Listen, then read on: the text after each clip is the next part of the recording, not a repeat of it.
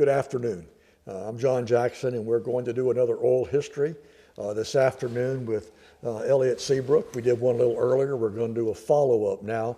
So, Elliot, you were in a segment of the industry that very few growers, I think, really understood or what was going on, and certainly what wasn't happening behind the scenes. And your history and background has been in marketing of citrus.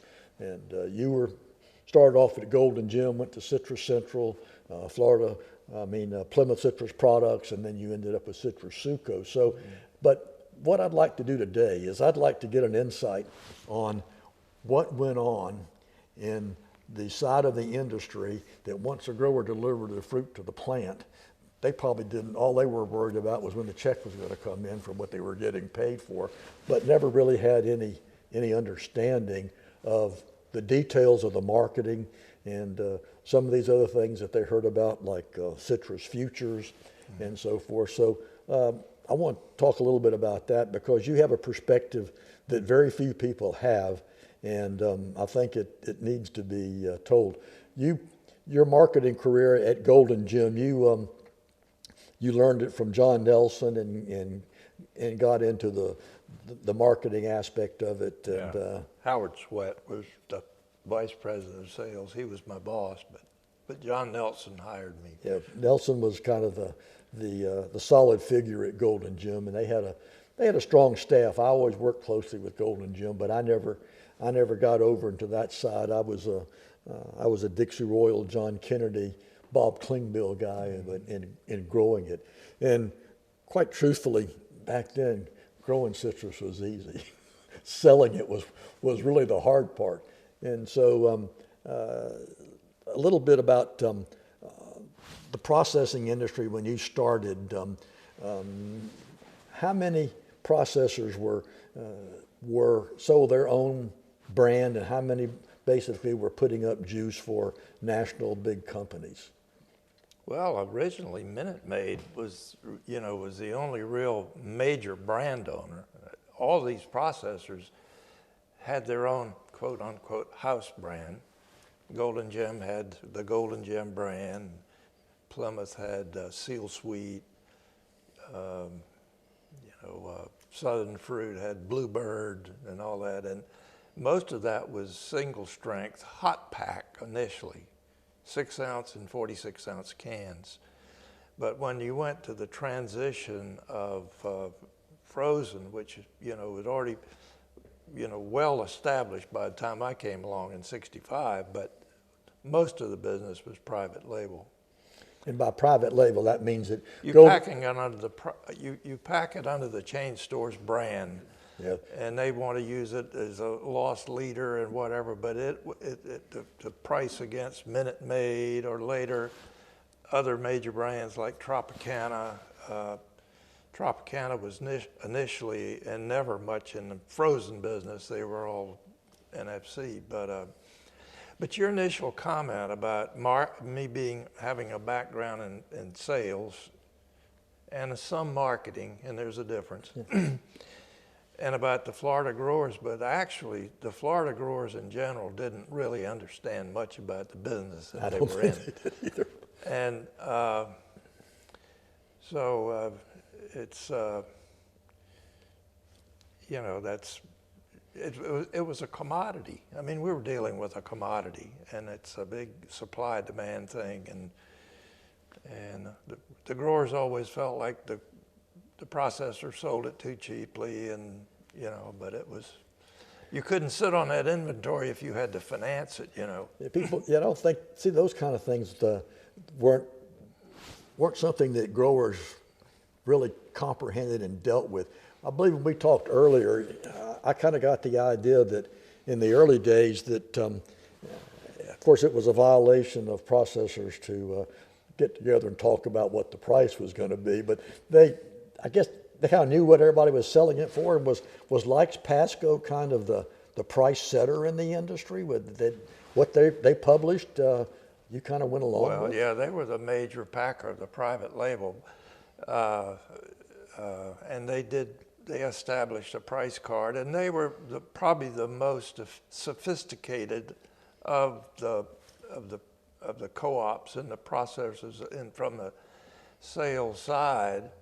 Uh, but you know, your comment about the people in the industry talking to each other, that was not uncommon, and it's amazing that nobody ever had an antitrust suit brought against them. I guess it was because we were farmers or in agriculture or something, but you know, there was always this stuff of one processor would call another and say, well, now, you know, I'll move my price if you do, you know, and that sort of thing, which is all antitrust. Yeah, I would hear stories. Of course, I, being kind of an outside government guy, and you'd hear the stories that there was always this damn packer that cut the price 50 cents a box, and word spread like wildfire through the market, and the next thing you know, everybody had to meet this 25 cent a box less price that was going on. So that's sort of the way it was. Yeah. and so, you know, you went through that. Well, I want to go back, and we talked earlier about the conception or the idea that Florida growers had about Brazil and the role that Brazil played in the Florida citrus industry. And so early on, we were bringing in juice from Brazil, and growers, for some reason, thought that that was hurting them because we were bringing in a product that was competing with what we were growing. From the standpoint of the marketer and the processor, why did they have to bring in, or why did they bring in juice from Brazil?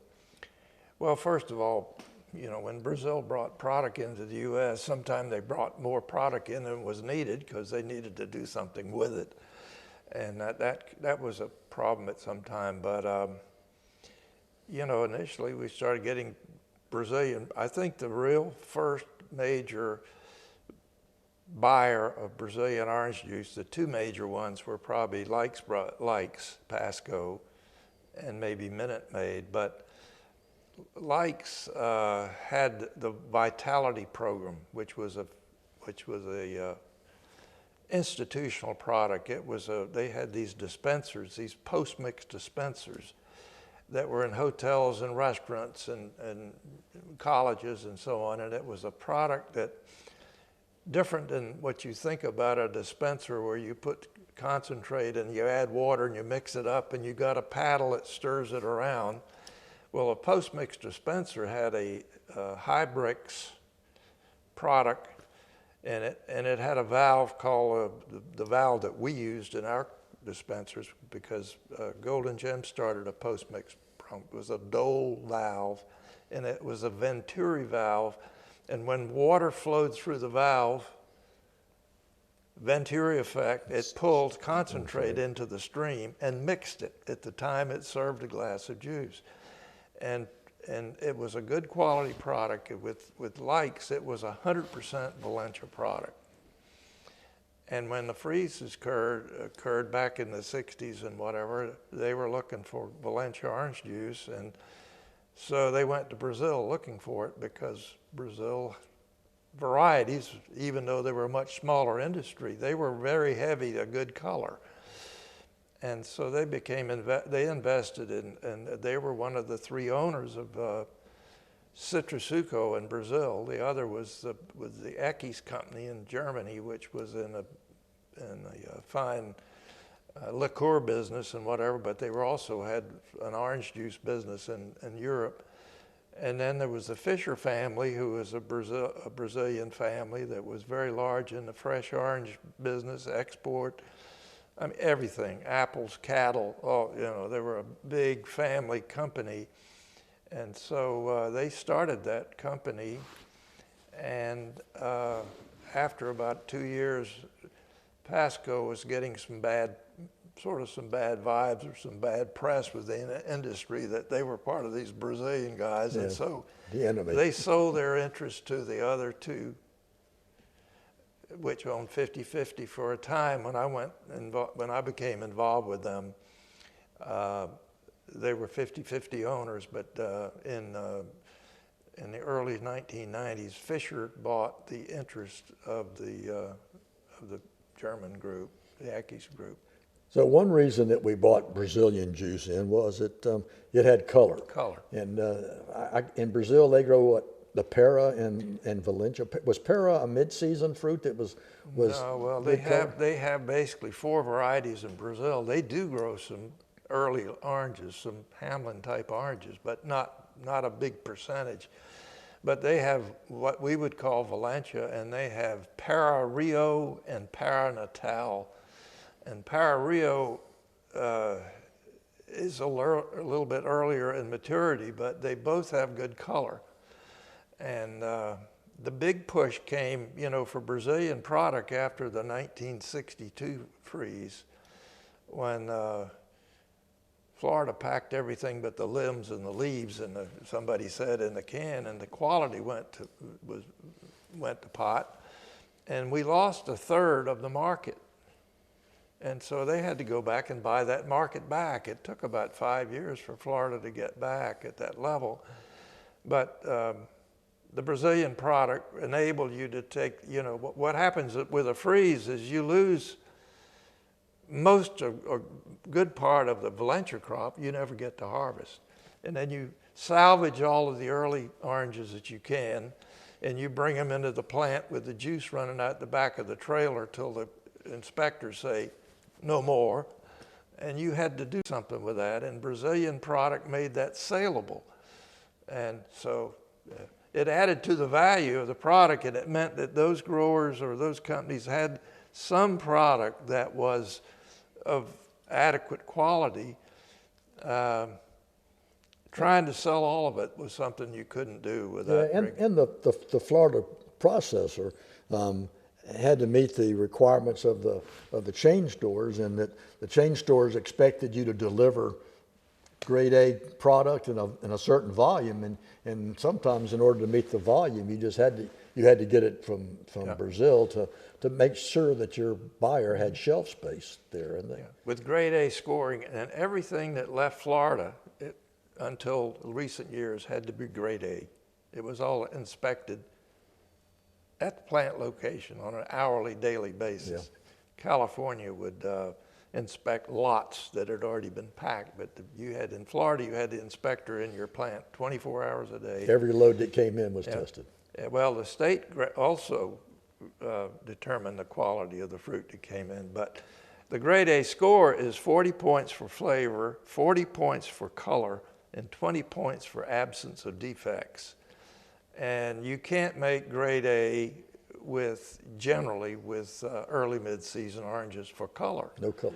And you talk about John Nelson. Golden Gem was in early mid-season heaven. I mean, we didn't have a lot of Valencia product. Well, if I'm planting citrus up here at Sorrento, I want to have it in before that first freeze comes. And when we started our post-mix dispenser program, because we didn't have a lot of Valencia at Golden Gem, we guaranteed the score. We said it'll be a 95 score, and that's a pretty high score. All the chain stores, they all require grade A, but some of them had higher specs than others. And back to my background being in marketing and whatever. And this is from a guy that's got a marketing background and a business background. Nothing happens until somebody sells something. And most major corporations in America are headed by somebody that's got a marketing background. You don't want to let the accountants run your business, or you don't want the guy that's used to running the plant to manage your business. Most, and I could name them for you if you want to go through what was in the Florida industry, but like most all private sector business in America, a guy that's got a marketing background is oftentimes running those companies. I wondered if, why did the Brazilian industry elect to operate through Florida processors? Why didn't the Brazilian just go into Wilmington and set up a plant there and haul their juice in and package it and sell it directly to Kroger right out of their warehouses and their processing facilities? How come they decided to go through Minute Maid and Likes Pasco and Golden Gem to sell their product? Well, first of all, when I got involved, when Citrasuco hired me, that was the thought that there were some people in the industry had, that they were hiring me because we were going to start packaging our own product. But that wasn't, you know, Citrasuco was never had any real intention of being a brand company. And I mean, you had the customers that had the market here. So that was the way we operated. We did eventually, you know, right from the very start, we built a tank farm in Wilmington, Delaware, and where we served the people that had gotten into the NFC business, because that was sort of happening. Actually, when I came along, was that the demand was moving sort of away from frozen to NFC because of the inconvenience. People all of a sudden didn't want to mix the concentrate. And amazing. Yeah, we went from FCOJ, where you had to thaw it, then they made it they took the FCOJ and thawed it out and added water for you, so Yeah. you didn't have to do that. And then they went to the not from concentrate situation. So as you went through time, there were efforts to improve efficiency and so forth. And Citrus Central was one of those that had great ideas about how they were going to increase returns to growers and everything else. And seems to me that was a concept that was theoretically sounded good, but in practicality it didn't pan out. Well, yeah, Citrus Central, as I mentioned in that report that I prepared for you at one time, Citrus Central was involved in the sales business, but they also decided to be in the can business. So they bought one can company. I think they bought one Crown Cork and Seal, and they maybe bought a plant from one of the others. I don't know, I can't remember. But they made 6-ounce and 46-ounce metal cans for single strength hot pack. And they made composite cans for frozen, 6-ounce, 12-ounce, some other larger sizes. But then, you know, that's really paper. And so they made money. We really were able to develop the majority of the private label we sold at Citrus Central, we sold in the cans that we made, rather than buying them from American or Continental or you know, all this. So that was a good business. But as I think I pointed out to you, there was some problems with trying to bring these. There were 9 members of Citrus Central together to market or sell their product together. But you had these, you know, for instance, we had 100 private label customers, Citrus Central did, but I was the national account sales manager. And that went from anywhere from a low of somewhere around 100,000 cases a year to 700,000 if it was a Kroger or something like that. And they could have different requirements on their product. Well, they have different requirements for quality, and they have longer and shorter runs through the plant. So the plants always wanted to get their share of the easy to pack long runs and whatever. You know, that was an issue, whether the plants could make the quality or not. And so there was always, during that time, there was usually more orange juice around than you needed. So what I ended up with, instead of ending up with a stronger group that combined their sales and weren't competing against each other, we ended up probably with about the weakest sales arrangement with any particular customer that any one of the 9 members had. So it was a big flop. And I can imagine that the 9 members had pretty strong independent leadership within that organization that were accustomed to getting their own way. And when you have 9 people or 9 leaders that want it their way, and it was kind of a challenge to pacify everybody. But you know, Plymouth, which was the president of Plymouth, was Rip Graves from Vero Beach, and he was the kind of guy that was, you know, he was the president of Florida Citrus Mutual, and he was the chairman of the Florida Citrus Commission, and he was a wise guy that, you know, he encouraged Plymouth to go along, although the Plymouth manager before I was there really wasn't all that happy about being involved with Citrus Central. But the Golden Gem management was always very supportive, and Silver Springs also. But, you know, my buddies over it that I used to know from Lakes Pasco and got to know a lot of them very well after we retired. One was Jerry Rice from Lakes Pasco, but they always used to refer to us as Circus Central.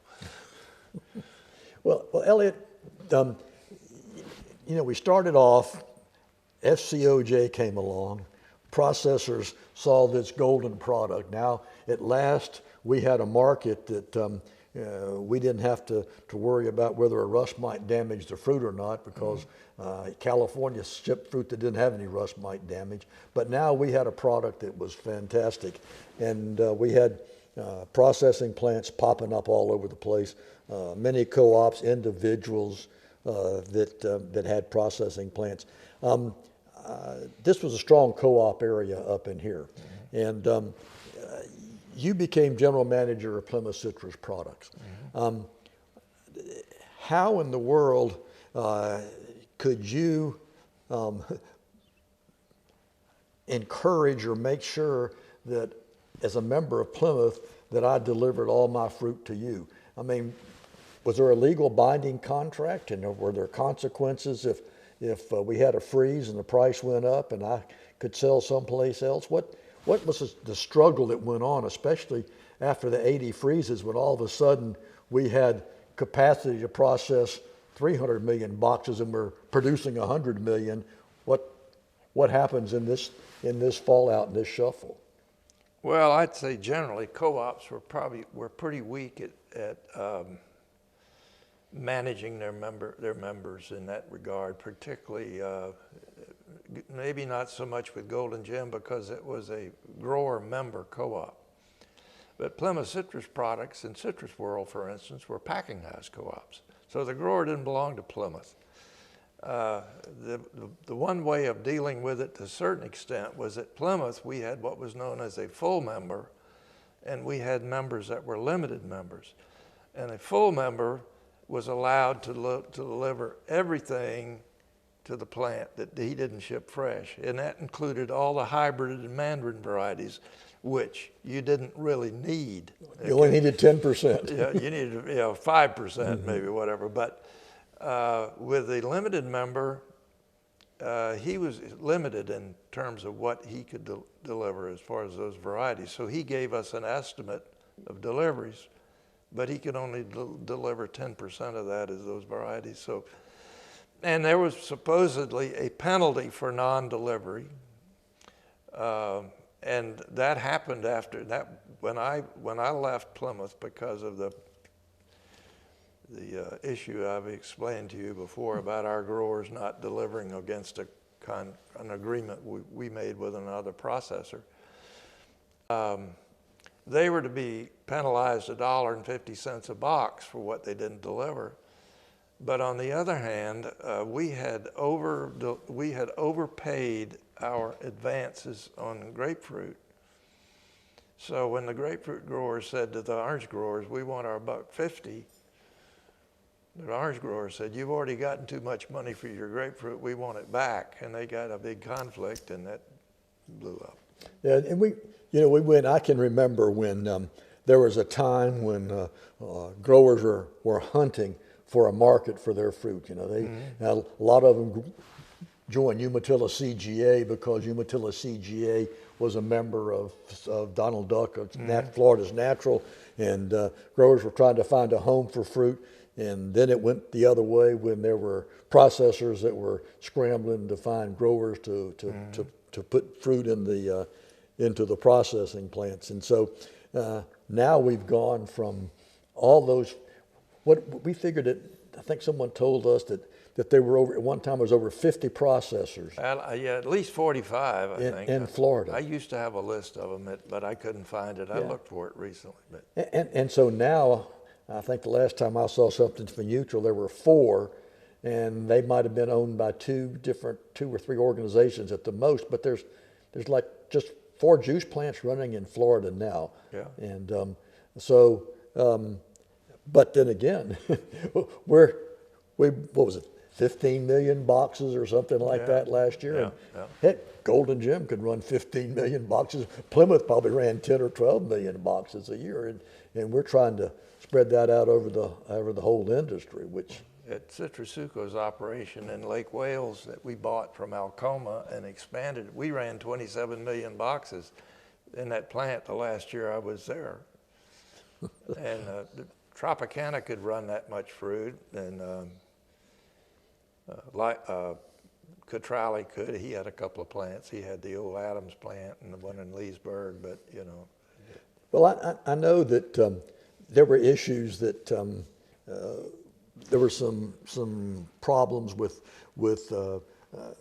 Brazilians and Florida growers sometimes, and you hear about it. Talk to me a little bit about the issues with dumping.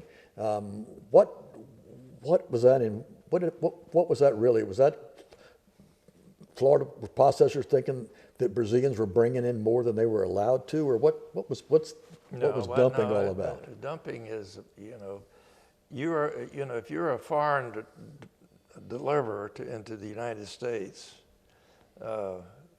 particularly of an agricultural product like orange juice, you are guilty of dumping in one of three ways. You either are selling the product in this market under your cost of production, or you're selling it in this market at a price that is below what you sell it in your own country, or you're selling it at a price that is lower than you are in another major market. In our case, we always used Canada because that was a major market for us. So when we were accused of dumping by Florida Citrus Mutual and even Alcoma back then, when Phil Hernan was a big mover in that, we were using Canada, and we did not sell product in Canada, for more than we did in the U.S. Pretty common pricing structure. So we were never found guilty of dumping, but the the CFTC found that there was a threat of injury. So they required us for 2 years, that every sale we made in North America, we had to deposit 2% of that sales value with the Department of Commerce. And if we were free of dumping after the end of that 2 years, that money was supposed to come back to us. But what happened was in the USDA, the Department of Commerce, and they had ways of playing games, and so they published a notice in Tampa on a bulletin board somewhere that they were going to liquidate those entries, and we didn't find out about it till it was beyond really what we could do legally about it. We went to court over it, and the judges said, "No, you should have." Responded when the notice was posted. You should have challenged this earlier. And so I was able to find a law firm and some support in the U.S. Senate and whatever to get a private bill passed where they were required to return that money to us. So we did get it back, but dumping was the concept was that supposedly that our government was going to keep foreign producers from unfair competition with U.S. producers. Well, see, not only did you have the price, but we had the highest duty of any food product that came into the United States, which was 32 cents a pound solids. So the Brazil had to have pretty good cost to be able to bring it in. Yeah. But there were times when Brazil produced more product than they could store. And we had these tank farms up here, and they would push it into the U.S., and that was an issue at times. I've been to Brazil twice. You've been to Brazil 150 times. No, not that many, but 50-something times. Yeah. So Tell me a little bit about the Brazilian citrus industry. I know that there were Cutrale, Citrasuco, some big ones, but does Brazil have a lot of smaller growers, or is it dominated by big-time growers? And they don't have a Capra Volstead, so I assume that the big growers can pretty well work out an agreement among themselves what they're going to market it for. Well, the government still has something to do in Brazil. There's a minimum that is established that they have to pay the grower every year. And they used to, the Brazilian government used to issue an export license that required that the seller return so much a metric ton against that contract. And if the real market, and oftentimes they set that thing high, and oftentimes when the Brazilians began selling product in the U.S., the market didn't support them being able, if it was $1,000 a ton is what the license called for, and you were selling it for $850, you had a problem. And that was, as I think I may have mentioned to you once before, that was the genesis of the relationship between Minute Maid and Cutrale, because the word was that Minute Maid financed Cutrale through some of those difficult times. And once anybody else got in business, you could call on Minute Maid all you wanted to, but you could never get any of the business. I remember there was a grower, 7 Lakes, and they were, I can't remember the guy's name, but anyway, he would visit Lake Alfred frequently and would take ideas back. You know, this is kind of interesting. I hear the complaint all the time for growers for years that University of Florida is training all the competition, that you got more graduate students that are foreigners than locals. But 7 Lakes, they didn't have a processing plant, I don't believe, but he was a good grower. He'd always take ideas back and so forth. So I gather that there were some reasonably good sized growers besides the real big ones. Yeah, they were. I mean, Citrasuco, the Fisher family, they talk in terms of how many trees they owned. Well, I think they had 9 million trees. And they were on their way to having maybe 1.2 million. Now, Greenings had something to do with that. And what I think I know about what's going on in Brazil now among the growers is they're beginning to plant some citrus in states other than Sao Paulo. And the state of Sao Paulo to try to avoid greening. But it's had an impact on them too. They just do a better job of managing it, I think, in terms of keeping people out of their groves. Yeah, I was going to say, since you have a big grove, you can keep the psyllids on the perimeter, or maybe keep the inside, a little bit better. You don't have to worry about it quite as much. And also Brazil, the grower there had an alternative. If greening got to be really bad, you could convert to sugarcane, and on that same land, you could probably make money on sugarcane.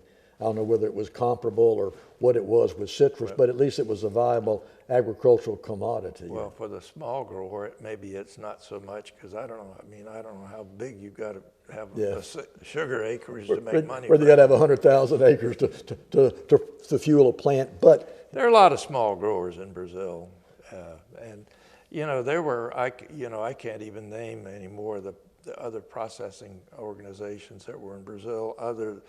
The 3 major ones were Cutrale, Citrasuco, and Cargill.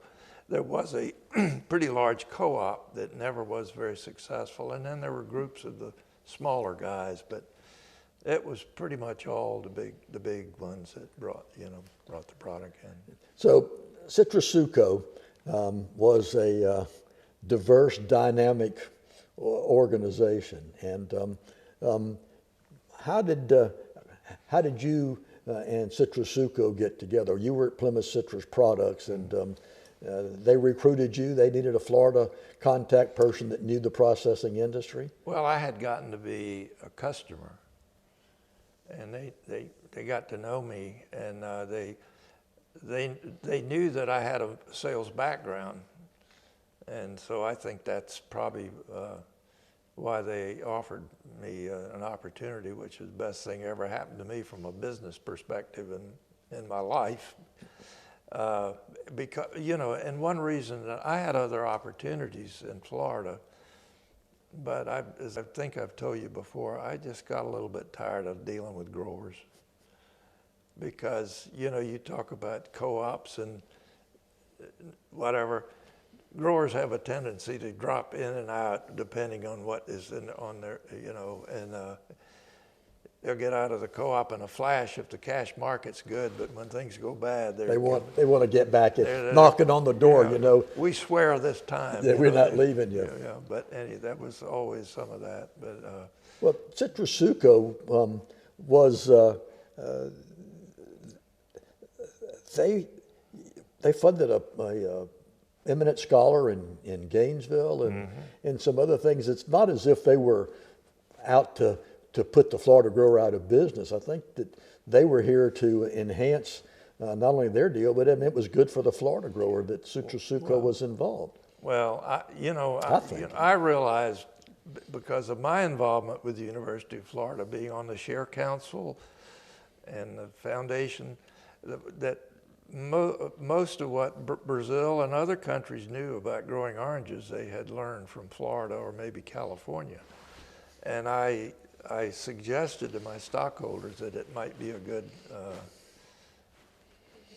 thing for them to do something to show appreciation for that. So they came up with $600,000, and the state matched it with $400,000, and they funded a chair in biocontrol.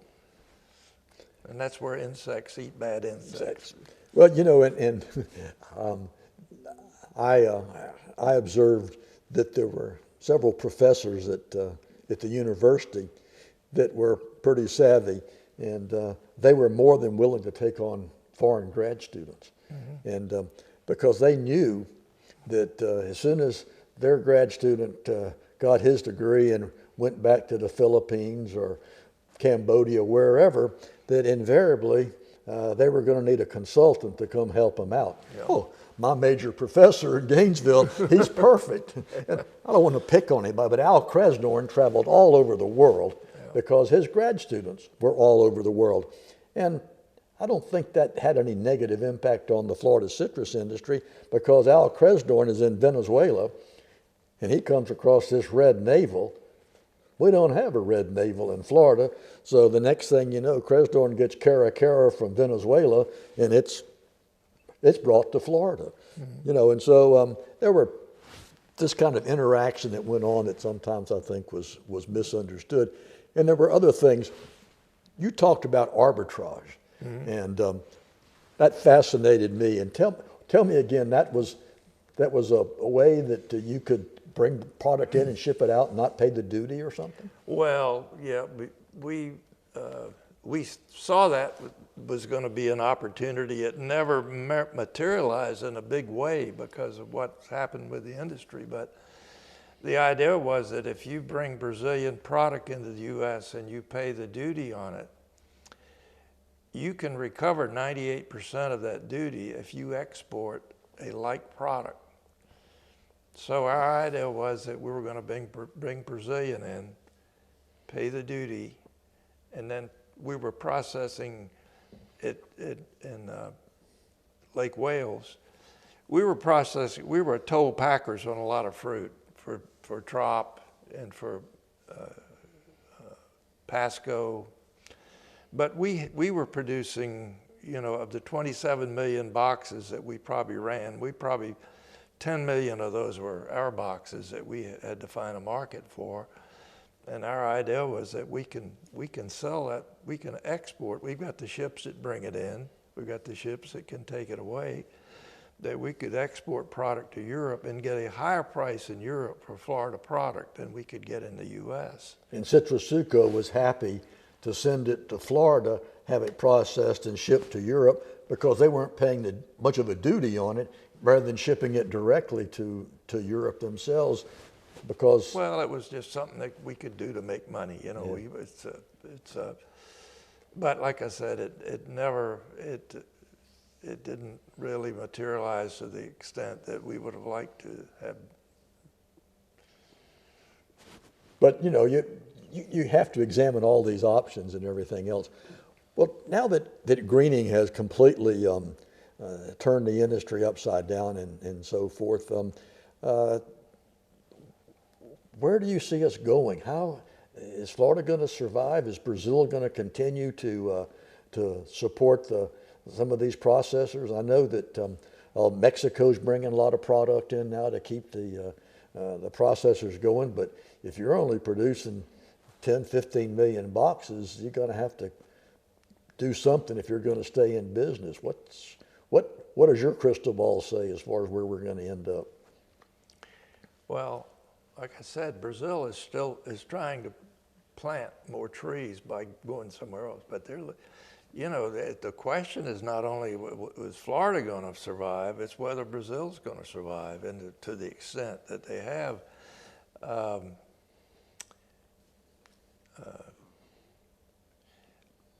From what I understand, like I told you, that they are planting in some other states and whatever. But in Florida, I don't know how you, based on the cost of production now, grove care, I don't know how you could grow citrus and make a profit unless you own the land. And I don't think you can go out and buy property and say, I'm going to plant citrus on this and make a profit.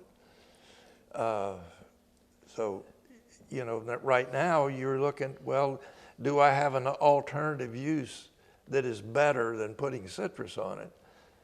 But with growth care costs and so on, I don't know how you can make any money. Well, growers are trying different options, and we have these greenhouses, the citrus under protection, and I'll have to tell you, it's been a while since I was involved in the industry, so I just get snippets of what's going on. But evidently, some of these greenhouse operations, they can do pretty good. I think especially red grapefruit, when you can plant red grapefruit in a greenhouse and in 3 years get 500 boxes to the acre and grow a quality product and sell it for a price. Now, oranges and others don't seem to perform that well under a greenhouse.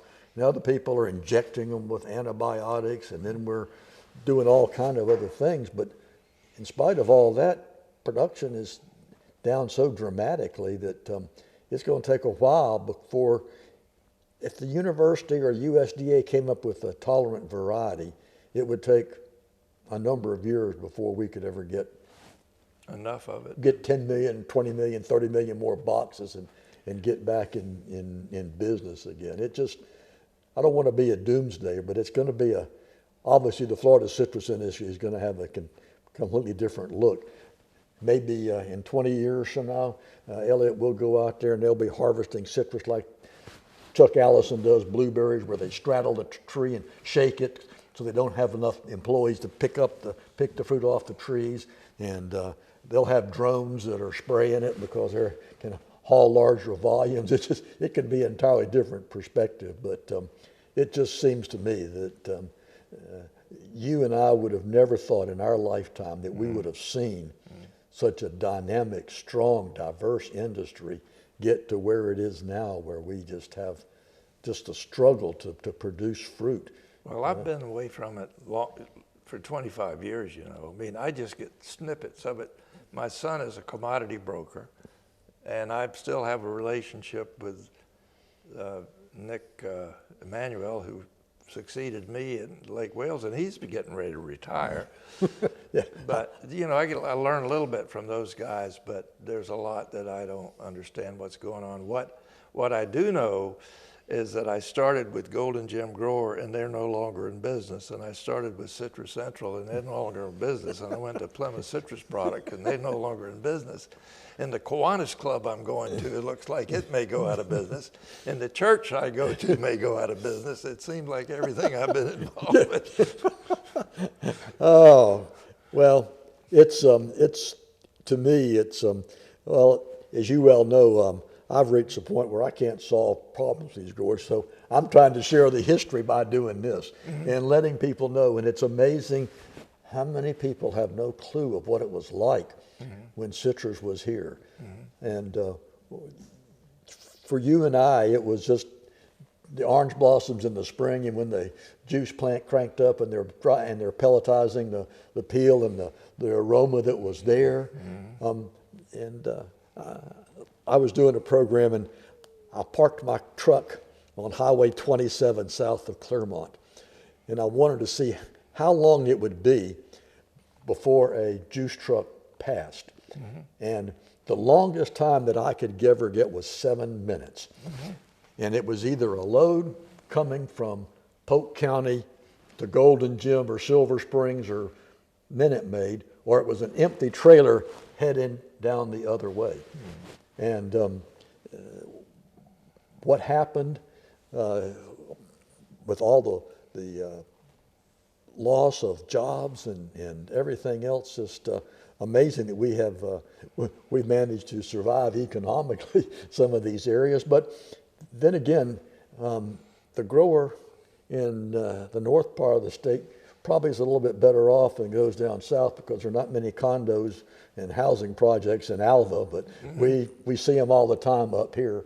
And heck, you've got a brand new settlement project going on out of Umatilla that you're big time now. You've got residential communities moving in and everything going on. It's just hard to comprehend where we've been and where we're going, but we're going to do our best to tell the story. I want to make sure, bear with me as I look through my notes, if you got anything that I overlooked that you think, that we should talk about from your perspective in the industry. Well, we talked about transitions from hot pack to frozen, and frozen to NFC. And the one thing about one of the things that happened and still exists is the futures market.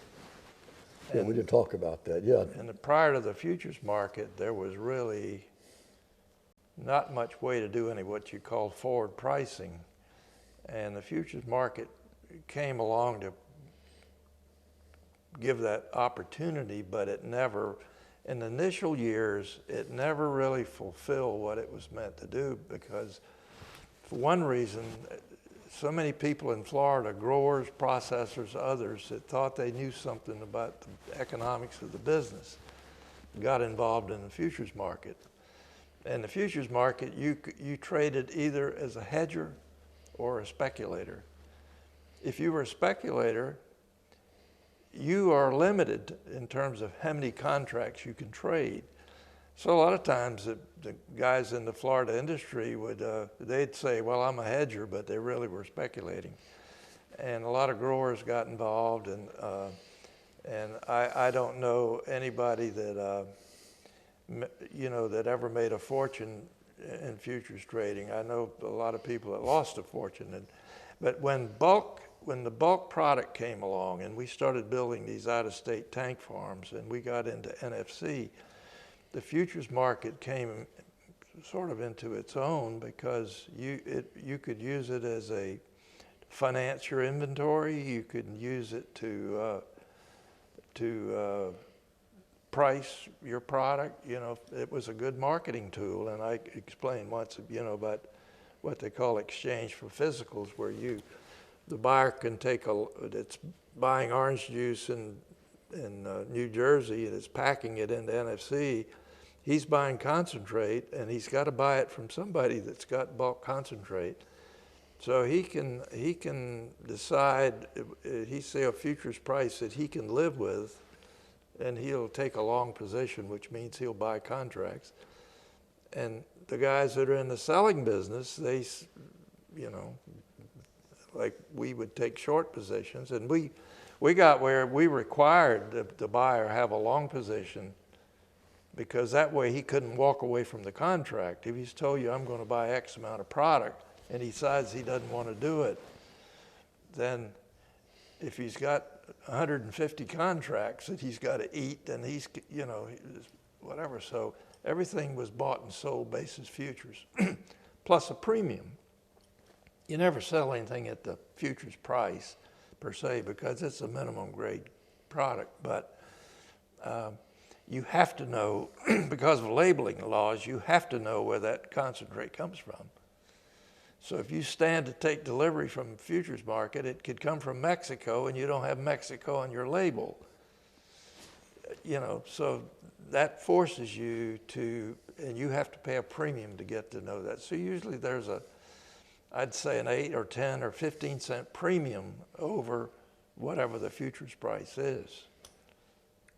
I can remember early on when the futures started, and growers, I think, had a very rudimentary understanding, and they thought, well, shoot, what I can do is I can decide what's a reasonable price for my product, and I can just sell it now and not worry about anything. And they do that on on Friday, and Monday morning they're out there as soon as the damn paper hits the sidewalk, what's the damn futures? And so in a weekend, they became a speculator immediately, and so now they're worried about the price and everything else, rather than saying, hey, I know what I'm going to get. I'm happy with this price for the product. But I don't think they comprehended it. Well, see, what we had in the concentrate days primarily is that you had those that sold their product to a immediate handler or a processor at a price. They didn't need a futures market. They couldn't increase the price, and they weren't going to it wouldn't go down. It wasn't going to go up.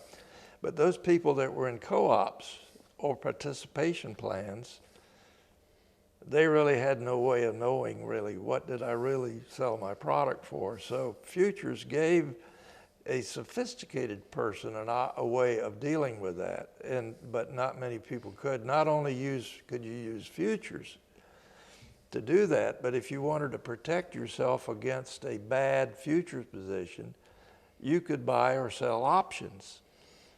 And options give you the right to buy or sell something at a price. And that costs you something. That option costs, but it's like an insurance policy. And when you're buying, and people sell options and people buy options, but it's like selling or buying insurance. That's sort of what it is. But and the good commodity brokers that really know their business, my son being one, a guy that really was good in Orlando that just died last week, so John Cox, those guys could help people with a combination of futures and options trading. And now that the open interest in the futures market is still about 8,000 contracts if you look every day at the futures market, so there's somebody still using it. Well, my dealing with futures and contracts were that a freeze is coming, and I'd get a call, how bad's this going to be? Oh, they're coming in? How bad's this going to be? What's going to be happening? And we put together FAWN, the weather network, and I understood that there were a lot of futures, including your son, who watched it diligently to see how cold it got and could translate into what kind of damage. And they've got they've got weather services other than what you were doing too. To figure it out. Yeah. Well, you sometimes hinted to me that you thought that people perceived you as the enemy, that you were on the other side because you were associated with Brazil. But to me, your story is fascinating, and if you and others like you that knew the industry didn't get involved like this, it could have gone a whole different direction. We could have had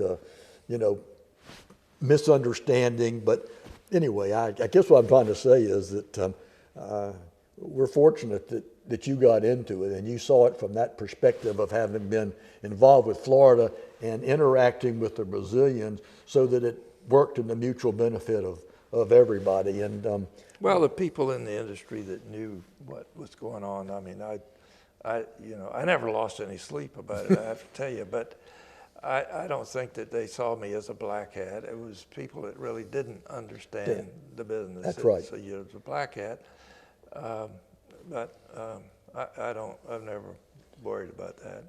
Well, I appreciate you sharing the deal. And like I told you earlier, my early education was from John Nelson at lunch. And so I never really had that kind of an understanding of it. But this this sheds a whole lot of light on it. And here again, you and I have reached a point where we aren't going to impact the industry, but we can damn sure tell our story and share it and have things that go on. And it's interesting, we can get different perspectives. Brenda and I went to Tallahassee and did an oral history with Bobby McCowan. And it was fascinating. And Bobby shared a story how he was in a golf tournament with somebody from Bluebird, I think, from Southern Fruit. And this guy slipped out something that Brazil was going to do this. Bobby packed his bag up and headed out because he knew that was going to have this kind of an impact and everything else. And so Bobby's representing Florida growers, and he's, whatever this was, a dumping deal or something. But anyway, so I thought, it's fascinating. We hear one side of the story. We don't hear the other side, and then sometimes we need to hear the whole picture to see it. So we've gotten to this point. It's been a great ride for you and me. We've had fun doing it. We've met people. You've traveled. You've done things, and it's marvelous. If anybody wants to learn anything from me, they better hurry, because I'll be 87 next month. I'll be 82. We're going to make it. We're going to make it. Thank you, Elliot. It was great.